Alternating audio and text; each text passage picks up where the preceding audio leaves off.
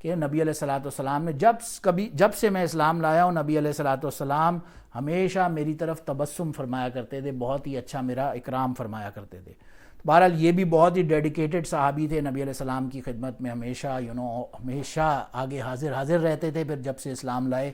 تو اب نبی علیہ السلام نے ان سے فرمایا ایک مرتبہ کہ وہاں یمن کے علاقے میں ذوالخلصہ کے نام سے ایک نقلی کعبہ بنایا ہوا ہے انہوں نے، جس کی یہ پوجا کرتے ہیں، اس کے گرد طواف کرتے ہیں، اور اندر انہوں نے بت رکھے ہوئے ہیں۔ تو یہ نبی علیہ السلام کو تھوڑا چبھتا تھا، یہ اچھی نہیں لگتی تھی بات۔ انہوں نے حضرت عبداللہ بن جریر بن عبداللہ بجلی رضی اللہ عنہ سے فرمایا کہ اگر آپ جا کے اس کعبے کو توڑ دیں تو مجھے دل کو تسلی ہو جائے۔ اب انہوں نے فوراً نیت ٹھان لی کہ ہاں میں جاتا ہوں، لیکن ان کا پرابلم یہ تھا he didn't know how to ride a horse۔ وہ ہارس سے گر جاتے تھے، گھوڑ سواری میں یعنی کہ ویک تھے، وہ گر جایا کرتے تھے۔ اب انہوں نے نبی علیہ السلام کی خدمت میں حاضر ہوئے اور عرض کیا اپنا مسئلہ کہ مجھے گھوڑ سواری نہیں آتی،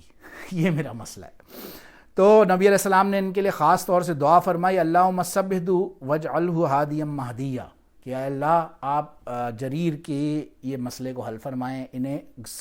ان کو ثابت فرما دیں اپنے گھوڑے کے اوپر، یعنی ان کی جو گرپ ہے اس کو مضبوط فرما دیں، اور انہیں ہادی اور مہدین بنا دیں۔ تو ایسا ہی ہوا، فرماتے ہیں کہ اس کے بعد سے میں کبھی گھوڑے سے نہیں گرا، میں جب زندگی بھر تک جنگوں میں رہا اور لڑتا رہا گھوڑے سے، اس کے بعد اس دعا کے بعد کبھی نہیں گرا، اللہ کی شان۔ بہرحال یہ گئے اور انہوں نے وہ اپنے کچھ چند ساتھیوں کو لیا، اور وہ جو ذوالخلصہ کے نام سے یمن میں نقلی جعلی کعبہ انہوں نے بنایا ہوا تھا، اسے منہدم کر دیا، اسے گرا دیا، ریز ٹو دا گراؤنڈ، اور اس کو برن کر دیا، وہاں آگ لگا دی ساری۔ رسول اللہ صلی اللہ علیہ وسلم کو یہ خبر پہنچی تو وہ بہت خوش ہوئے، اور فرماتے ہیں کہ انہوں نے ان کے بارے میں کوئی تقریباً 5 مرتبہ دعا فرمائی، مغفرت کی ان کے اور ان کے ساتھیوں کے بارے میں۔ پھر بعد میں عمر رضی اللہ عنہ کے دور میں یہ عراق چلے گئے اور وہیں جنگوں وغیرہ میں اور وہاں پہ ساری شمولیت اختیار کی، اور اینڈ میں وہیں اپنا ٹھکانہ بھی بنایا۔ انصاری صحابہ کرام جو تھے ان کی ایک خاص طور سے اکرام فرمایا کرتے تھے۔ حضرت انس رضی اللہ عنہ فرماتے ہیں کہ یہ میرے ساتھ خاص طور سے اکرام کا معاملہ فرمایا کرتے تھے۔ تو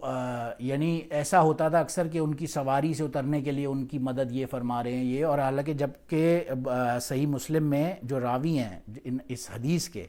محمد بن مسنہ اور محمد بن بشار رحمہ اللہ، یہ فرماتے ہیں کہ انس رضی اللہ عنہ ان سے ایج میں بہت چھوٹے تھے، لیکن پھر بھی ان کا اکرام فرمایا کرتے تھے، کہتے تھے جس طرح سے میں نے ان انصاری صحابہ کرام کو نبی علیہ السلام کی خدمت کرتے ہوئے دیکھا ہے،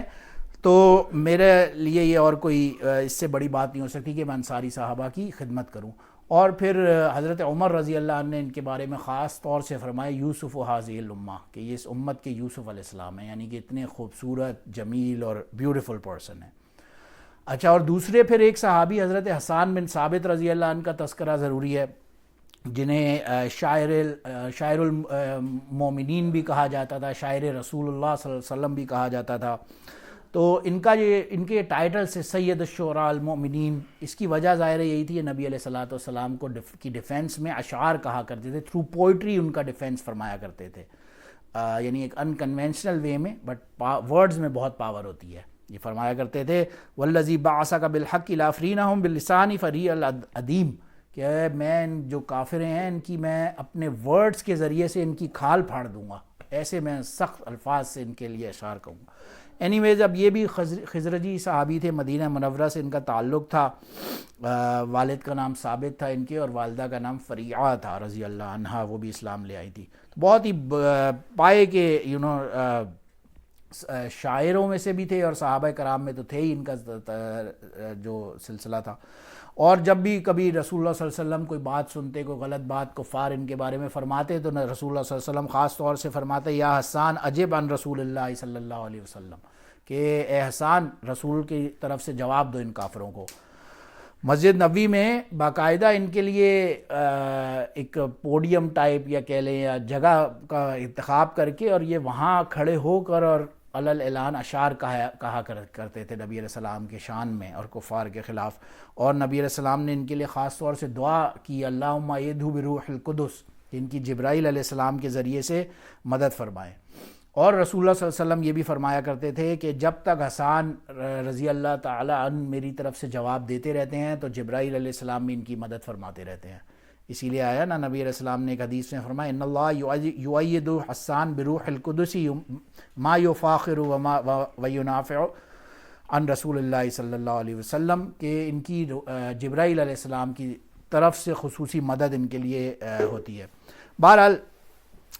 ان کا بھی خاص اکرام صحابہ کرام خصوصی طور سے فرمایا کرتے تھے۔ امی عائشہ رضی اللہ عنہ کے پاس یہ کبھی تشریف لاتے بعد میں ملاقات کے لیے، ان کے لیے خاص گدا بچھایا کرتی ہیں۔ ایک مرتبہ تو ایسا بھی ہوا کہ عبد الرحمن بن ابی بکر رضی اللہ عنہ نے عرض کیا ان سے، امی عائشہ رضی اللہ عنہ سے، کہ آپ ان کا اکرام کیوں کرتی ہیں اتنا؟ انہوں نے کہا کہ نہیں، یہ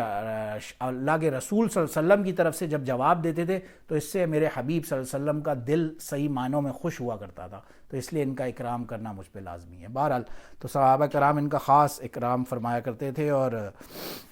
ان آخری عمر میں ان کی غالباً آئی سائٹ بھی چلی گئی تھی۔ اللہ پاک ہمیں ان تمام صحابہ کرام کی زندگیوں سے سیکھنے کی توفیق عطا فرمائے۔ وآخر دعوانا الحمد للہ رب العالمین۔